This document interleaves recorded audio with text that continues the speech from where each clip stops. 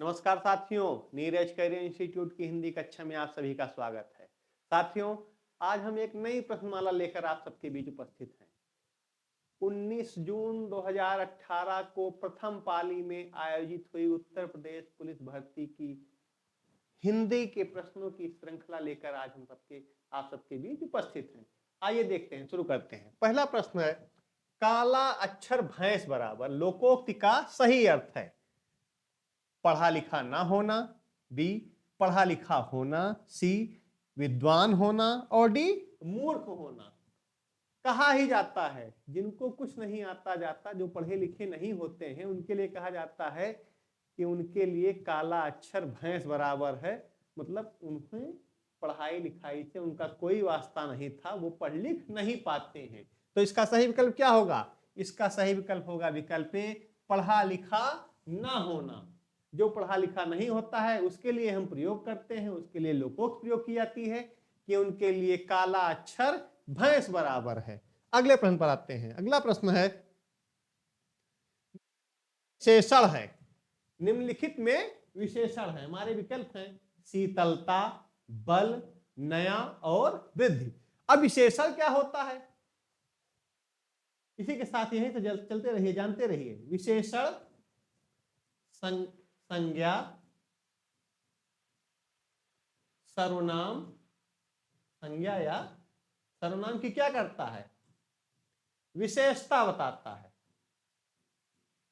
संज्ञा या सर्वनाम की क्या करता है? विशेषता बताता है। अब यहां विशेषता बताने वाला कौन सा शब्द है? शीतलता, बल, नया, वृद्धि। इसका विकल्प सी सही है, नया। जैसे कपड़ा, तो विशेषण इसका लग गया आगे, नया कपड़ा। और कुछ, नया कारखाना। कारखाना तो है लेकिन उसकी विशेषता क्या है कि वह कारखाना नया है। तो इसका सही विकल्प है विकल्प सी, नया। अगले प्रश्न पर आते हैं। अगला प्रश्न है, पद्मावत किसकी रचना है? ये प्रश्न बार बार पूछे जा रहे हैं, कुछ रचनाएं बार बार पूछी जा रही हैं। उनमें से एक प्रश्न ये भी है कि पद्मावत किसकी रचना है। विकल्प हैं आपके कबीर, जायसी, सूरदास और तुलसीदास। देखते चलते हैं कौन किसकी रचना है। इसी के साथ अन्य विकल्प को भी आप कंफर्म करते जाइए। पद्मावत का सही उत्तर है विकल्प बी, जायसी। पूरा नाम मलिक मोहम्मद जायसी। मलिक मोहम्मद जायसी। मलिक मोहम्मद जायसी। रायबरेली में एक क्षेत्र है, विधानसभा क्षेत्र है जायस। अब इनकी रचना है पद्मावत। मलिक मोहम्मद जायसी की रचना है पद्मावत। कबीर की रचना बीजक। बीजक में क्या है? बीजक में साखी, सबद, रमैनी का संग्रह है। सूरदास की रचना सूरसागर, कृष्ण भक्ति। कृष्ण भक्ति शाखा के कवि, किस शाखा के कवि थे? कृष्ण भक्ति शाखा के कवि। और तुलसीदास की रचना श्री रामचरितमानस। श्री रामचरितमानस। ये क्या थे? ये थे राम भक्ति शाखा के कवि। कबीर क्या थे? कबीर थे ज्ञानाश्रयी शाखा। और जायसी क्या थे? जायसी थे प्रेमाश्रयी शाखा। ठीक, तो हमारा सही जवाब है पद्मावत की रचना मलिक मोहम्मद जायसी ने की थी। अगले प्रश्न पर आते हैं। अगला प्रश्न है हमारा, निम्नलिखित में से दंत्य ध्वनि है। विकल्प हैं खा, चा, ना और फा। अब देखते चलते हैं, क्योंकि आपको केवल उसी उत्तर को बता देना ही लक्ष्य नहीं है। लक्ष्य हमारा है कि आप सही उत्तर तो जाने हैं, उसके साथ जो और विकल्प आ रहे हैं आप उनको ही जानते चलिए। हा है कंठ, कंठ ध्वनि। चा, चा क्या है? चा है तालव्य। ना, ना है दंत्य। और फा, फा क्या है? फा है ओष्ठ।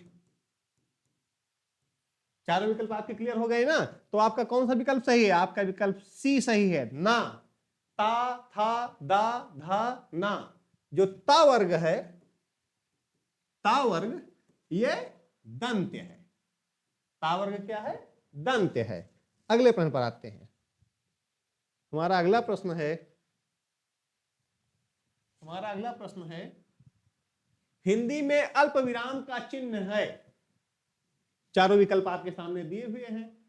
बहुत ही जाना पहचाना क्वेश्चन है और आप जानते भी हैं अल्प विराम का चिन्ह कैसे लगता है। इसका विकल्प डी सही है। अल्प विराम का चिन्ह ऐसे लगेगा। यह प्रश्नवाचक चिन्ह है, यह विस्मयादिबोधक है, यह पूर्ण विराम है और यह अल्प विराम का चिन्ह है। अगला प्रश्न, जल का पर्यायवाची नहीं है। जल का पर्यायवाची नहीं है। विकल्प नीर, समीर, सलिल, अम्ब। नीर जल का पर्यायवाची है, सलिल जल का पर्यायवाची है, अम्ब जल का पर्यायवाची है, लेकिन समीर, समीर जल का पर्यायवाची नहीं है। समीर किसका पर्यायवाची है? तो समीर पर्यायवाची है हवा का। समीर किसका पर्यायवाची है? हवा का। पवन, अनिल, ये समीर के पर्यायवाची है। इसका विकल्प आपका सही है, विकल्प बी समीर। समीर जल का पर्यायवाची नहीं है, जबकि नीर, सलिल और अम्ब ये जल के पर्यायवाची हैं। अगला प्रश्न देखते हैं। अगले प्रश्न में, सीता सो रही थी। सीता सो रही थी वाक्य का काल है। अब सीता सो रही थी किस वाक्य का काल है? जैसे ही आ गया थी तो ये तो कंफर्म हो गया कि भूतकाल का वाक्य है। अब हमें पता करना है कि भूतकाल में कौन सा है। सामान्य भूत अगर लिखता सीता सोती थी, सीता सोती थी, तो हम कहते सामान्य भूत का है। पूर्ण भूत सोई हुई थी, अपूर्ण भूत सो रही थी, असंदिग्ध शायद सो रही थी,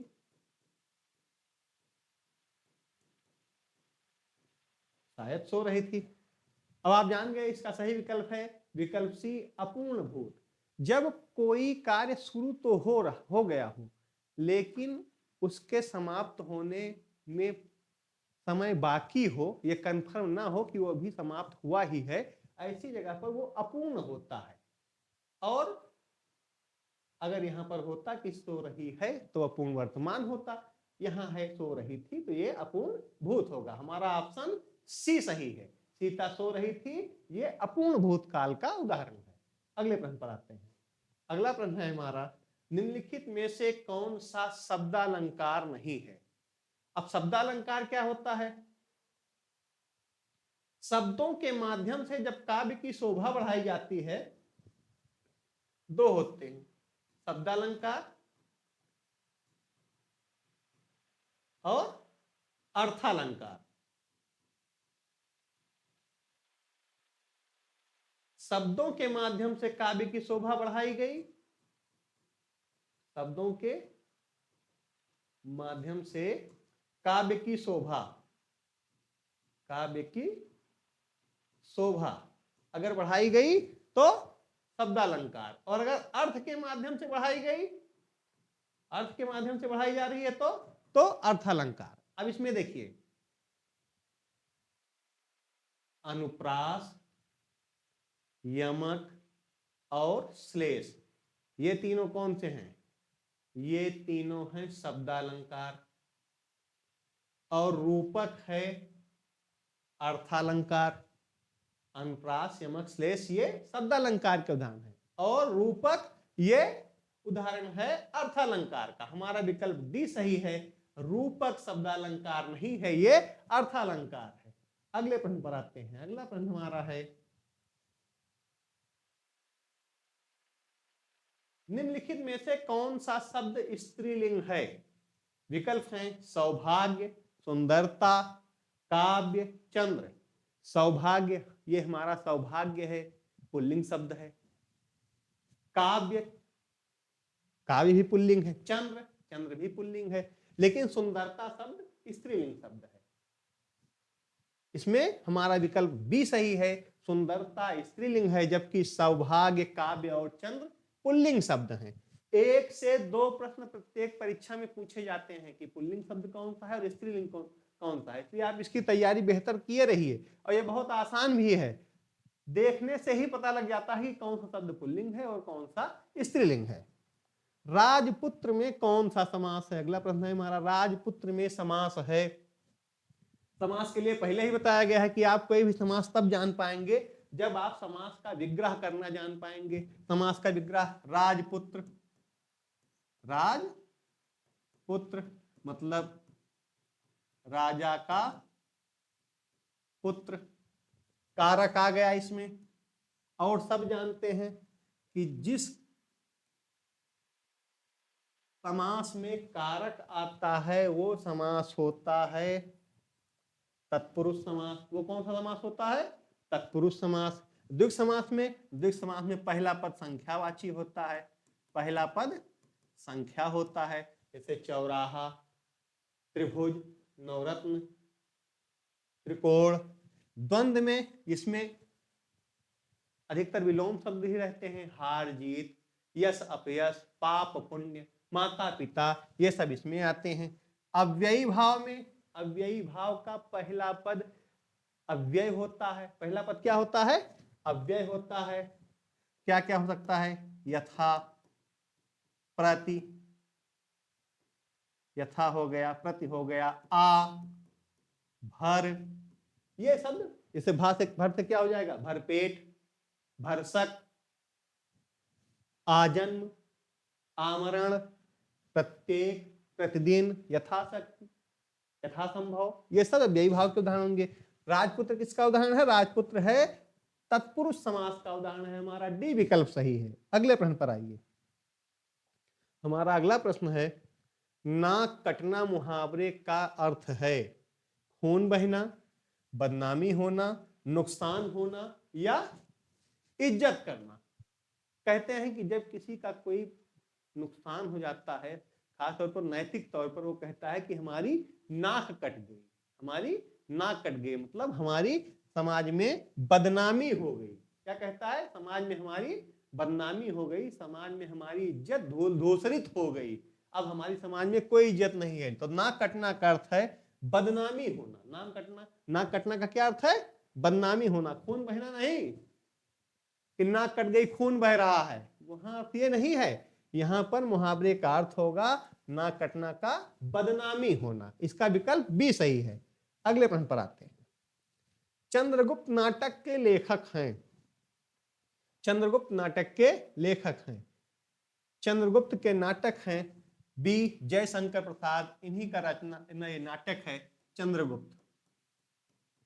चंद्रगुप्त। इनकी अन्य रचनाओं में जो पूछी जाती है परीक्षाओं में वो है कामायनी, कंकाल भी पूछा जाता है। ये रचना भी इनकी पूछी जाती है कि ये कंकाल किसकी रचना है। और भारतेंदु हरिश्चंद्र की, भारतेंदु हरिश्चंद्र की रचना है भारत दुर्दशा। भारत दुर्दशा ये रचना है भारतेंदु हरिश्चंद्र की। इनका एक प्रहसन है, बहुत मशहूर प्रहसन, सबने लगभग पढ़ा होगा, अंधेर नगरी। मोहन राकेश, मोहन राकेश की अधिकतर रचनाएं आ से शुरू होती है, जैसे अंडे के छिलके, अंधेरे बंद कमरे में, अंधेरे बंद कमरे में। भीष्म साहिनी, भीष्म साहिनी की रचना है झरोखे। क्या रचना है इनकी? झरोखे। और तमस, तमस के लिए भीष्म साहनी को साहित्य अकादमी पुरस्कार मिला था।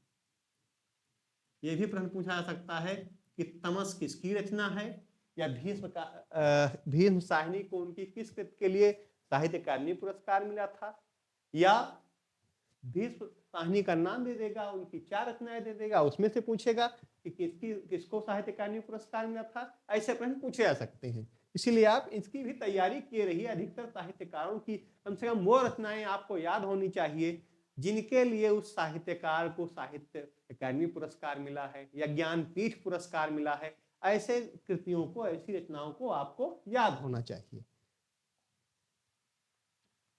निम्नलिखित में से अव्यय है, निम्नलिखित में से अव्यय है। अव्यय की क्या पहचान होती है? अव्यय का अर्थ है अव्यय।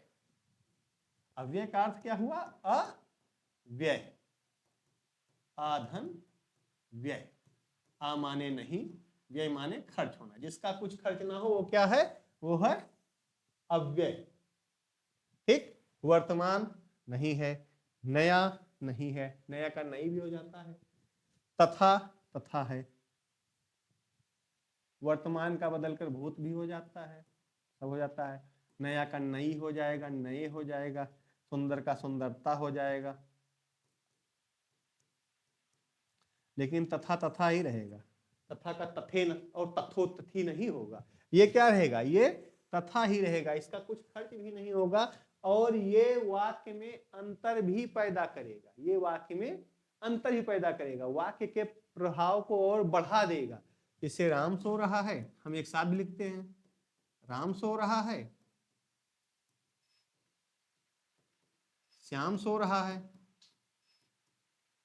हम एक साथ लिख देते हैं, राम तथा श्याम सो रहे हैं। राम तथा श्याम सो रहे हैं। हमारा विकल्प सी सही है। तथा, निम्नलिखित में अव्यय तथा नहीं है। ठीक, अगला प्रश्न देखिए। अगला प्रश्न है, निम्नलिखित में सर्वनाम है। निम्नलिखित में सर्वनाम है। यह, सभा, मनुष्य और हिमालय।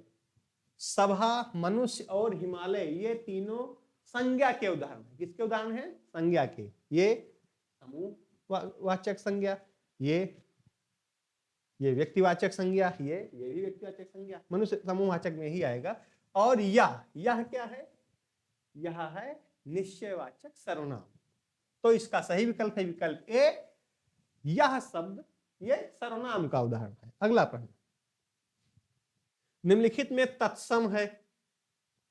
अधिकतर तत्सम शब्द आपको ऐसे मिलेंगे जिसमें एक वर्ण आधा रहेगा और एक वर्ण पूरा रहेगा। जैसे इसमें देखिए, गधा, गाय, घड़ा, ग्राहक। गधा, गाय, घड़ा और ग्राहक। अब इसमें हमारा सही विकल्प है, जैसे मैंने पहले ही कहा कि अधिकतर तत्सम शब्द वही होंगे जिनमें ऐसी मात्राएं होती हैं कि उनमें आधा लगा हो। ठीक, गधा ये तत्सम नहीं है, इसका तत्सम होता है गर्दभ।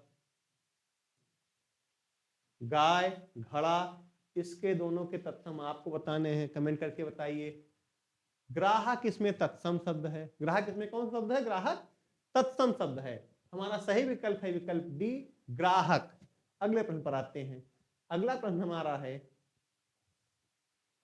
अगला प्रश्न देखिए, अद्भुत रस का स्थायी भाव है। अद्भुत रस का स्थायी भाव है। विकल्प हैं आपके क्रोध, उत्साह, विस्मय और भय। क्रोध किसका है? क्रोध है रौद्र रस का, उत्साह है वीर रस का, विस्मय है अद्भुत रस का, और भय है भयानक रस का। अब आपको पता हो गया कि हमारा सही विकल्प है विस्मय, और इसमें अद्भुत रस का स्थायी भाव है। विस्मय को ही हम कहीं कहीं लिखते हैं आश्चर्य। अगर आ जाए कि आश्चर्य किसका स्थायी भाव है, तभी आपका जवाब होगा अद्भुत रस। या मान लीजिए विस्मय की जगह आश्चर्य लिख दिया जाए तो आपका जवाब होगा कि अद्भुत रस का स्थायी भाव विस्मय या आश्चर्य होते हैं। अगला प्रश्न, निम्नलिखित में से कौन सा वर्ण अघोष है? निम्नलिखित में से कौन सा वर्ण अघोष है? चा, जा, झा या डा? जो हमारे वर्णमाला के जो जहां से कार चलता है, मतलब स्वरों को छोड़कर का से, तो उसके जो पहले दो वर्ण होते हैं वो अघोष होते हैं और जो तीसरे चौथे पांचवें होते हैं वो सघोष होते हैं। अब इसमें देखिए चा, जा, झा और डा, अब पहले दो वर्णों में कौन सा आएगा? पहला दो वर्ण कौन कौन सा होगा? पहला दो वर्ण होगा जो अघोष होंगे उनमें का, खा, चा, छा, टा, ठा, ता, था, पा, फा, ये अघोष होंगे। ये क्या होंगे? ये अघोष होंगे। मुझे लगता है आपको उत्तर मिल गया होगा। हमारा सही विकल्प है विकल्प ए, चा। चा इसमें क्या है? चा अघोष है। बाकी ये तीनों सघोष हैं। ये तीनों क्या हैं? ये तीनों सघोष हैं। अगले प्रश्न पर आते हैं। अगला प्रश्न है हमारा, निम्नलिखित में से कौन सा शब्द पुल्लिंग है? देखिए आ गया, कहा गया, तो मैंने पहले ही कहा था कि हर परीक्षा में लगभग 1 से 2 प्रश्न स्त्रीलिंग पुल्लिंग पर पूछे जा रहे हैं। देखिए आ गया, इनमें से कौन सा शब्द पुल्लिंग है? आशा, आज्ञा, गरिमा या सागर? तो आपको पता ही है कि आशा नाम भी होता है, लड़कियों का नाम होता है, तो ये स्त्रीलिंग ही है। आज्ञा दी गई, आज्ञा मिली, ये भी स्त्रीलिंग है। गरिमा भी लड़कियों का नाम ही होता है, गरिमा बनाए रखिए कहा भी जाता है, गरिमा स्त्रीलिंग शब्द है। लेकिन सागर शब्द ये पुल्लिंग है, नाम भी होता है सागर, सागर जिला भी है। सागर किसकी पर्यायवाची है? सागर पर्यायवाची है समुद्र की। तो हमारा सही विकल्प है विकल्प डी, सागर। अगला प्रश्न, जिसे करना बहुत कठिन हो, वाक्यांश के लिए एक शब्द है जिसे करना बहुत कठिन हो। अब किसे करना बहुत कठिन है? जिस कार्य को करना बहुत कठिन होता है उसे कहा जाता है दुष्कर। हमारा विकल्प ए सही है। जिस कार्य को करना बहुत कठिन हो उसे कहा जाएगा दुष्कर। पुष्कर क्या है? पुष्कर राजस्थान में है, एक क्षेत्र है। दुनिया का अकेला ब्रह्मा जी का मंदिर पुष्कर में है। ब्रह्मा जी का मंदिर है पुष्कर में। और पुष्कर में क्या होता है? पुष्कर में जानवरों का मेला लगता है, जानवरों का मेला लगता है। ठीक। दुर्जेय जिसे जीतना बहुत कठिन हो, और दुराग्रह जो आग्रह को ठुकराए, क्या ठुकराई जाने वाली जो आग्रह हो वो है दुराग्रह। अगले विकल्प पर, अगले प्रश्न पर आते हैं। हमारा अगला प्रश्न है परमार्थ का संधि विच्छेद। परमार्थ का संधि विच्छेद, परम धन अर्थ, परधन अर्थ, परधन आर्थ, परमोधनार्थ। परमार्थ किसका है? परमार्थ दीर्घ संधि का उदाहरण है, जिसका सही उत्तर है विकल्प ए, परम धन अर्थ। परम धन अर्थ मिलाकर क्या हो गया? परमार्थ। कैसे बना है ये बना है, ये हमारा विकल्प सही है। अ धन आ मिलकर बन गया आ, परम धन अर्थ मिलकर बन गया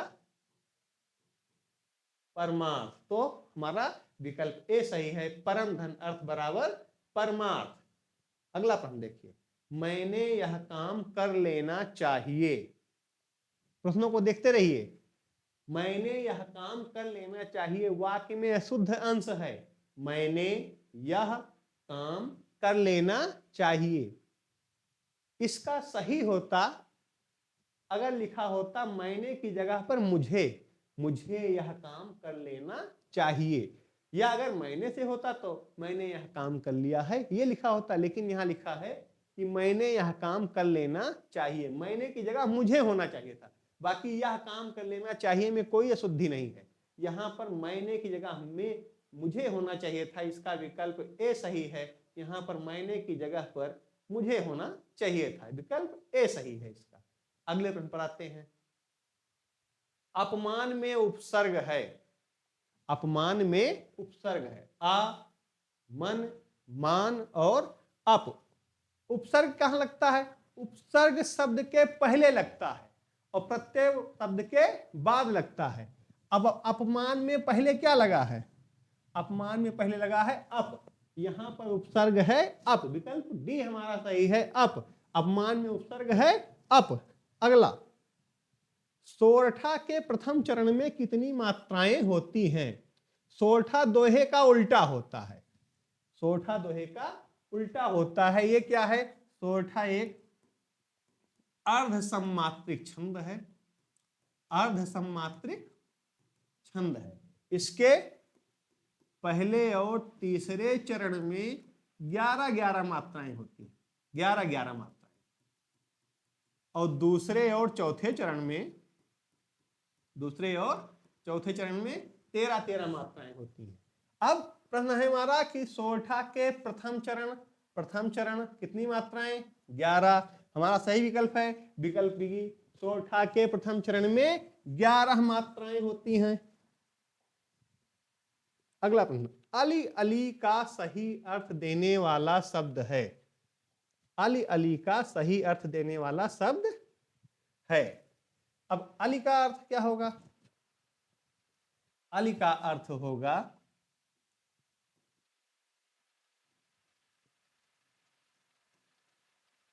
भौरा। और अली का अर्थ क्या होगा? अली का अर्थ होगा सखी। देखिए दोनों विकल्प किसमें हैं? दोनों विकल्प हैं विकल्प बी में, भौरा सखी। हमारा सही विकल्प है विकल्प बी, अली। और अली का सही अर्थ है भौरा और सखी। भारत भारती के रचनाकार हैं, भारत भारती के रचनाकार हैं, भारत भारती के रचनाकार हैं विकल्प ए, मैथिली शरण गुप्त। इन्हीं की रचना है भारत भारती। अब देख लीजिए, इसी में एक प्रश्न आया था पहले, वहां पर मैंने बताया था कि भारतेंदु हरिश्चंद्र की रचना है भारत दुर्दशा और मैथिली शरण गुप्त की रचना है भारत भारती। कंफ्यूजन ना होने पाइए, दोनों पर ध्यान देखिए रखिए। और इनकी सबसे प्रसिद्ध रचना है साकेत। आधुनिक महाकाव्य बताए जाते हैं कि 2 महाकाव्य, उनमें से एक साकेत है, दूसरा महाकाव्य है हरिऔध जी का प्रिय प्रवास। रामधारी सिंह दिनकर की रचनाएं आप जानते ही हैं, रश्मिरथी, उर्वशी, ये इनकी रचनाएं हैं। जयशंकर प्रसाद की अभी पहले ही प्रश्न आया था, कामायनी,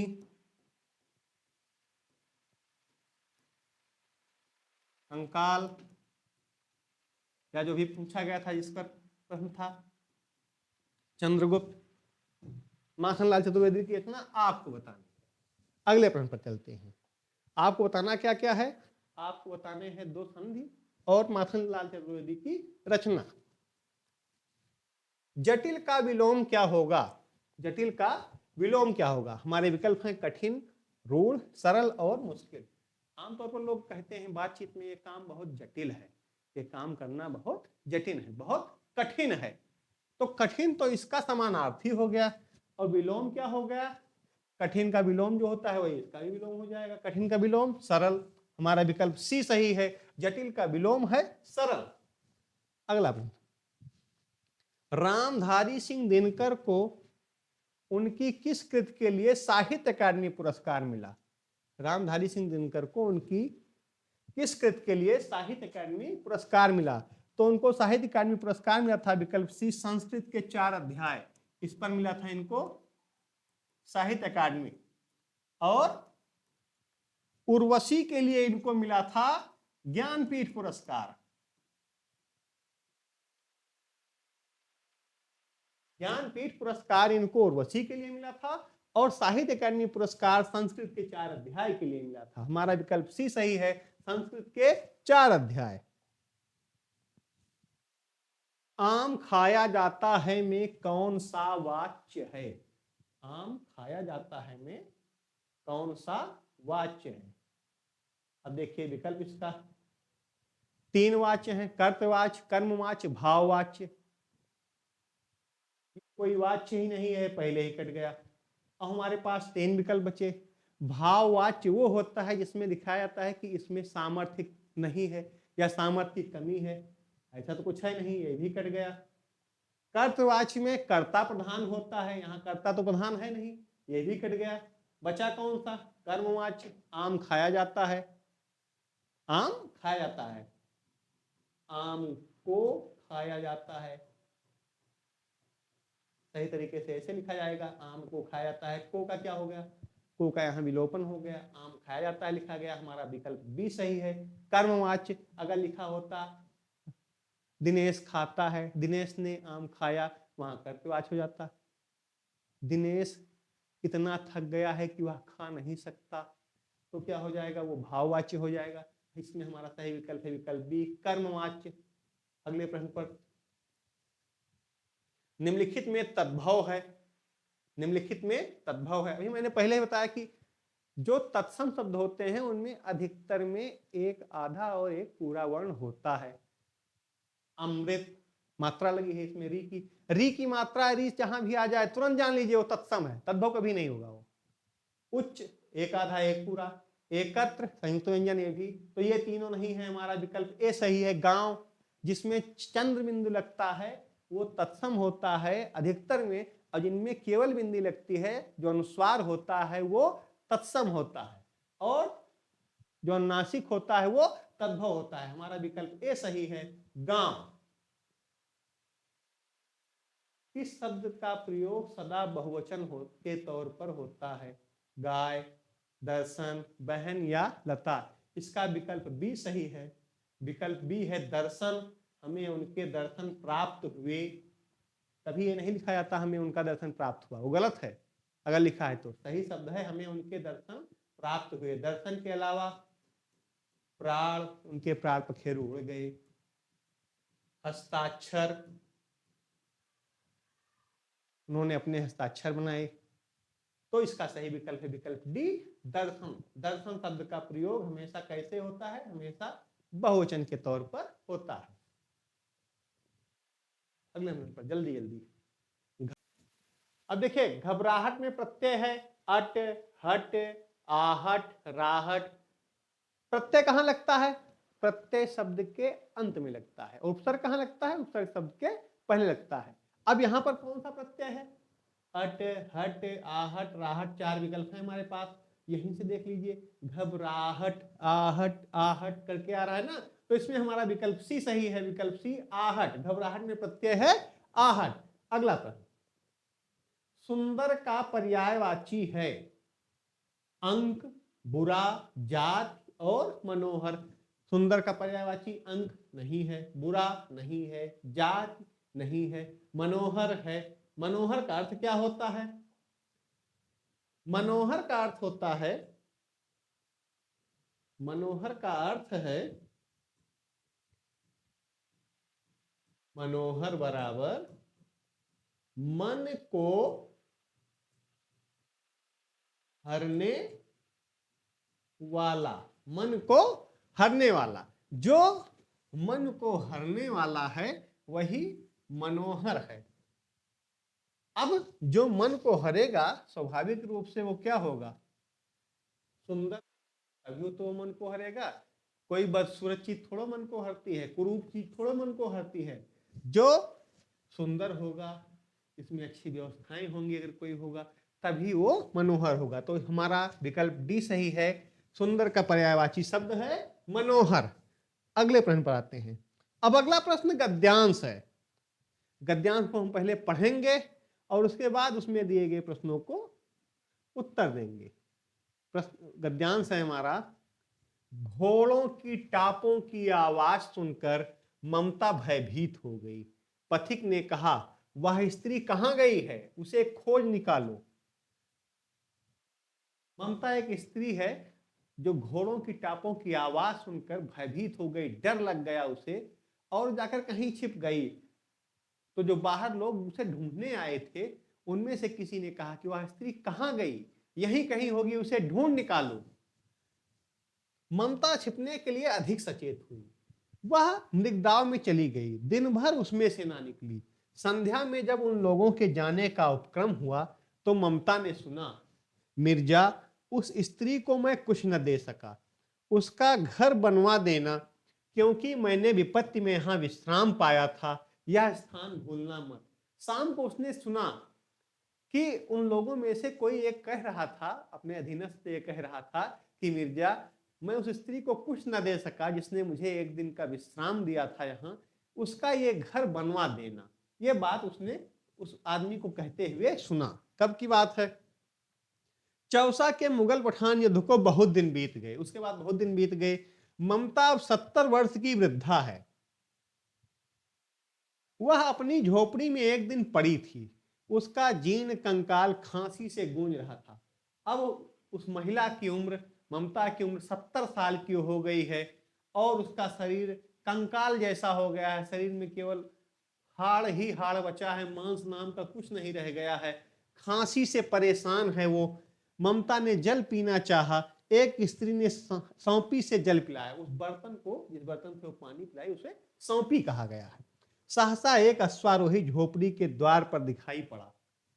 मिर्जा ने जो चित्र बना कर दिया था इसी जगह का होना चाहिए। वहां एक अश्वारोही आता है और वो चित्र देखकर कहता है कि मिर्जा ने जो चित्र बना कर दिया था वो इसी जगह का होना चाहिए। बुढ़िया मर गई होगी। जिस स्त्री के बारे में मिर्जा ने बात की थी उससे, उसे लगता है कि अब वह स्त्री, अब वह बुढ़िया मर चुकी होगी। अब किससे पूछूं कि एक दिन शहंशाह हुमायूं ने किस छप्पर के नीचे विश्राम किया था। वो अश्वारोही इस पसोपेश में है कि बुढ़िया तो अब मर चुकी होगी। वो अंदाजा लगाता है, संभावना व्यक्त करता है। अब मैं यह किससे पूछूं कि वह कौन सी छप्पर थी, वह कौन सी छान थी जिसके नीचे उसके बादशाह हुमायूं ने एक दिन विश्राम पाया था। अब इससे जुड़े प्रश्न देखिए। गद्यांश में पथिक किसे कहा है? गद्यांश में पथिक किसे कहा है? मिर्जा को। मिर्जा साथ में था इसलिए मिर्जा को नहीं कहा गया है। मुगल योद्धा, कुछ को कंफर्म नहीं है। ममता को, ममता तो वहां कुटी बनाकर रहती ही थी। तो पथिक यहां है बादशाह हुमायूं। हुमायूं कौन? दूसरे मुगल बादशाह। दूसरे मुगल बादशाह। इनके पहले कौन थे? इनके पहले थे बाबर। बाबर भारत कब आया? 1526 में। इनके बाद कौन? अकबर। ठीक, अगले प्रश्न पर आते हैं। अगला प्रश्न है, ममता दिन भर बाहर क्यों नहीं निकली? उसका घर नहीं था, वह डरी हुई थी, शरीर में शक्ति नहीं थी, घायल थी। जिस समय की बात है उस समय ममता वृद्धा नहीं थी। ममता के शरीर में शक्ति थी, इसलिए विकल्प गलत है। घायल थी नहीं, क्योंकि कहीं उसने लाइन थोड़े भाग लिया था, कहीं चोट नहीं खाई थी। उसका घर नहीं था, कुटी उसकी थी, चाहे जो हो घर ही था उसका। वह डरी हुई थी। इसका सही विकल्प है विकल्प बी। वह डरी हुई थी, डर के मारे वह जाकर मृगदाव में छिप गई थी और दिन भर वह अपने घर से, अपनी कुटिया से, अपने छप्पर से बाहर नहीं निकली। 34वें प्रश्न का सही विकल्प है विकल्प बी, वह डरी हुई थी। अगला प्रश्न, हुमायूं में कौन सा गुण था? विकल्प ए कृतज्ञता, बी न्यायप्रियता, सी कृपणता, डी विश्वसनीयता। अगर कोई आपको शरण दे रहा है और आप उसके बदले में, उसकी शरण के बदले में आप उसके लिए कुछ करना चाहते हैं, तो यह भाव कृतज्ञता का भाव होता है। यह भाव किसका होता है? यह कृतज्ञता का भाव होता है। अब हुमायूं में कौन सा गुण था? हुमायूं में, इसका विकल्प ए सही है, कृतज्ञता का गुण था। उसके अंदर ये भाव था कि इस महिला ने मेरे लिए कुछ किया है, मुझे एक दिन का आश्रय दिया है, मैंने यहाँ विश्राम पाया है, इसीलिए उसके लिए मैं कुछ करूं, अपनी कृतज्ञता वो व्यक्त करता है। निम्नलिखित में से बुढ़िया को क्या नहीं था? बुढ़ापा। बुढ़िया लिखा है तो बुढ़ापा था ही। खांसी उसको आ रही थी, कमजोरी भी वो आ चुकी थी, सामर्थ्य नहीं था उसमें। उसमें सामर्थ्य नहीं था, इसीलिए जब उसने पानी मांगा तो एक महिला थी जिसने उसे सौंपी से पानी पिलाया था, तो उसमें सामर्थ्य नहीं था। विकल्प डी सही है। 36वें प्रश्न का निम्नलिखित में से बुढ़िया को क्या नहीं था? तो बुढ़िया में सामर्थ्य नहीं था। इसका सही विकल्प है विकल्प डी, सामर्थ्य। अगला प्रश्न, अश्वारोही वहां क्यों आया था? बुढ़िया को ढूंढने के लिए, मिर्जा की तलाश में, बुढ़िया के छप्पर को ढूंढने या वहां विश्राम करने के लिए। तो अश्वारोही वहां क्यों आया था? बुढ़िया को ढूंढने के लिए पहला विकल्प, मिर्जा की तलाश में दूसरा विकल्प, मिर्जा ने तो उसको नक्शा ही दिया था। बुढ़िया के छप्पर को ढूंढने, तो पहले बुढ़िया मिलती तब तो पता लगता कौन सा छप्पर है, और आखिर में वहां विश्राम करने के लिए। अब ये भी नहीं यहाँ कंफर्म है कि विश्राम करने के लिए आया था, किसके लिए आया था। तो इसका सही विकल्प है बुढ़िया को ढूंढने के लिए। अश्वारोही वहां क्यों आया था? अश्वारोही वहां बुढ़िया को ढूंढने के लिए आया था। 37 प्रश्न आपके हो चुके। 28 जून 2018 को प्रथम पाली में आयोजित हुई परीक्षा में ये 37 प्रश्न पूछे गए थे। मैंने इन प्रश्नों का हल किया है। यहाँ आप सबके साथ मैंने इन प्रश्नों को यहाँ हल किया। अगली कक्षा में इसके बाद होने वाली पुलिस भर्ती परीक्षा के प्रश्नों को, हिंदी के प्रश्नों को हम सब एक बार फिर से हल करेंगे। तब तक के लिए आप सभी को नमस्कार।